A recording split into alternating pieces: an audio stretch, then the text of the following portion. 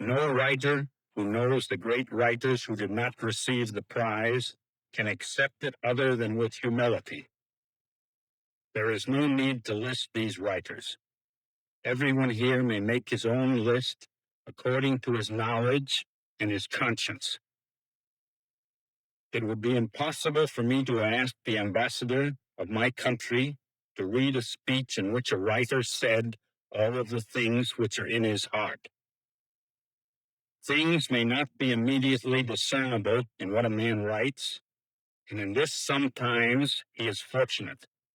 But eventually they are quite clear, and by these and the degree of alchemy that he possesses, he will endure or be forgotten. Writing at its best is a lonely life. Organizations for writers palliate the writer's loneliness, but I doubt if they improve his writing. He grows in public stature as he sheds his loneliness, and often his work deteriorates. For he does his work alone, and if he is a good enough writer, he must face eternity, or the lack of it, each day. For a true writer, each book should be a new beginning, or he tries again for something that is beyond attainment. He should always try for something that has never been done, or that others have tried and failed.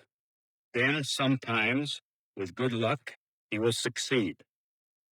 How simple the writing of literature would be if it were only necessary to write in another way what has been well written.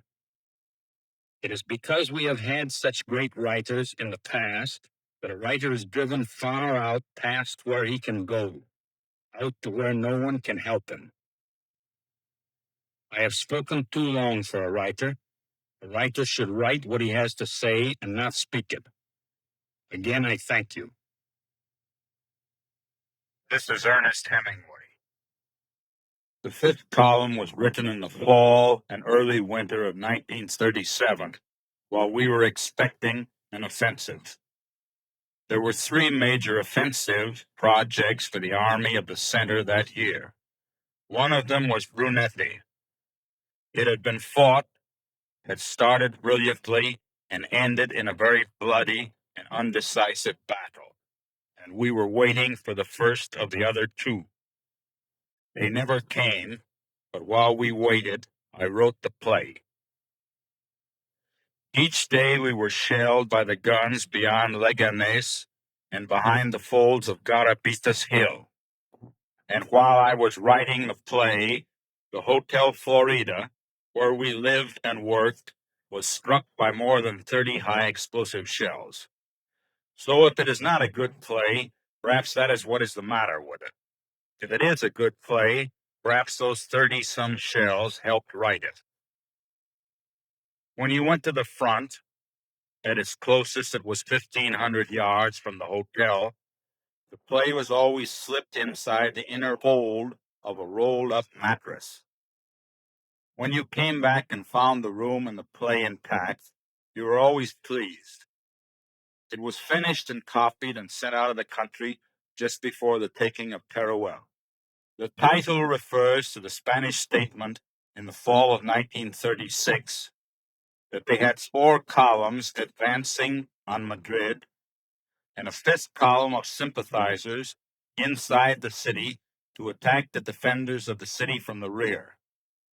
If many of the 5th column are now dead, it must be realized that they were killed in a warfare where they were as dangerous and as determined as any of those who died in the other 4 columns. 4 columns advancing on Madrid shot their prisoners. When members of the 5th column were captured inside the city in the early days of the war, they were also shot. Later, they were to be tried and given prison or labor camp sentences or sentenced to execution, depending upon the crimes they had committed against the Republic. But in the early days, they were shot. They deserved to be under the rules of war, and they expected to be. Some fanatical defenders of the Spanish Republic, and fanatics do not make good friends for a cause, will criticize the play because it admits that fifth column members were shot. They will also say, and have said, that it does not present the nobility and dignity of the cause of the Spanish people. It does not attempt to. It will take many plays and novels to do that, and the best ones will be written after the war is over. This is only a play about counter-espionage in Madrid. It has the defects of having been written in wartime, and if it has a moral, it is that people who work for certain organizations have very little time for home life. There is a girl in it named Dorothy, but her name might also have been Nostalgia. Perhaps it would be best now for you to see it and for me to stop talking about it. But if being written under fire makes for defects, it may also give a certain vitality. You who see it will have a better perspective on this than I have. About the stories, there is not much to say. The first four are the last ones I have written. The others follow in the order in which they were originally published. The first one I wrote was up in Michigan, written in Paris in 1921. The last was Old Man at the Bridge, cabled from Barcelona in April of 1938. Beside the fifth column, I wrote The Killers, Today is Friday, 10 Indians, Part of the Sun Also Rises, and the first third of To Have and Have Not in Madrid. It was always a good place for working. So was Paris, and so were Key West, Florida in the cool months, the ranch near Cook City, Montana, Kansas City, Chicago, Toronto, and Havana, Cuba. Some other places were not so good, but maybe we were not so good when we were in them. This has been Harper Audio. HarperCollins is the copyright owner of this recording and has consented to a limited distribution of Harper Audio as an 8 kilohertz computer sound file on Internet Town Hall. It is a violation of United States and international copyright laws to copy these recordings in any other way. Harper Audio is a trademark of HarperCollins Publishers, Inc. To order a copy of this tape or to request a catalog of all Harper Audio spoken word cassettes, please call 1-800-C-HARPER or 717-941-1214 or send mail to harper@town.hall.org.